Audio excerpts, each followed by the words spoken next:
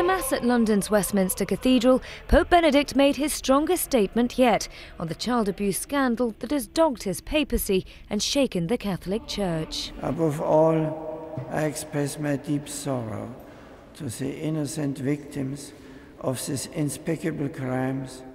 The Pope rarely looked up from his prepared text, but his message was clear and his words powerful. I also acknowledge with you the shame and humiliation which all of us have suffered. Outside, 2,000 young Catholics who had travelled from far and wide to hear his voice. Young people are at the heart of the scandal. Over the years, it's alleged that thousands have been abused by priests and other church officials, and the Pope has been under growing pressure to address the issue.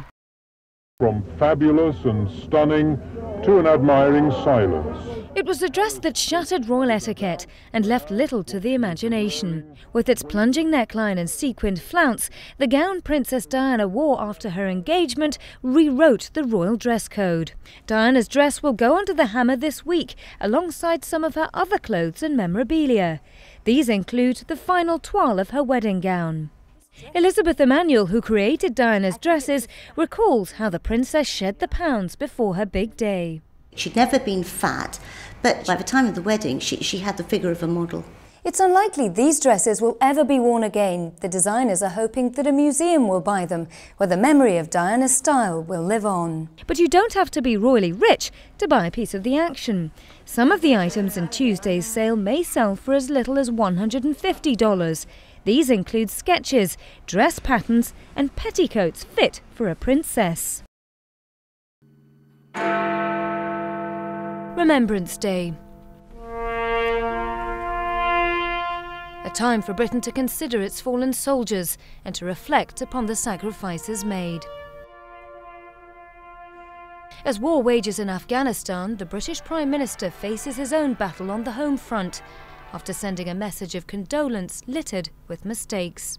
Jackie Jane's 20-year-old son Jamie died in October in a roadside blast in Helmand Province. In what began as a gesture of kindness, Gordon Brown wrote to her to express his sympathy, but his sloppy handwriting and spelling errors added insult to injury. He even got Jamie's name wrong. Though still angry, Jackie Janes now says that she's prepared to forgive Brown, although no amount of apologies can return her son.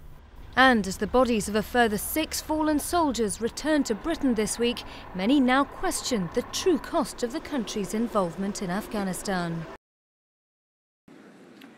She may have scored points for fashion, but not enough to win. This time Venus Williams covered up, though tennis fans argue her racy outfits have proved a distraction that even she could have done without. She seems quite uncomfortable in the outfit. She's fiddling with it all the time. Williams' wardrobe staple in this year's tournament looked like a black lace negligee, which some described as more can-can than centre court. It's a bit sad because they're commenting on the dress and not on her tennis. What was worse, some say, the flesh-coloured shorts she wore underneath. And yes, she is wearing shorts. In a few weeks' time, Williams' unorthodox style will be up against the strict dress code of Wimbledon. White lace at Wimbledon, maybe? I don't know. Whether she'll dress to impress or dress for success, one thing's for sure, it's likely we'll continue to see more of Venus Williams.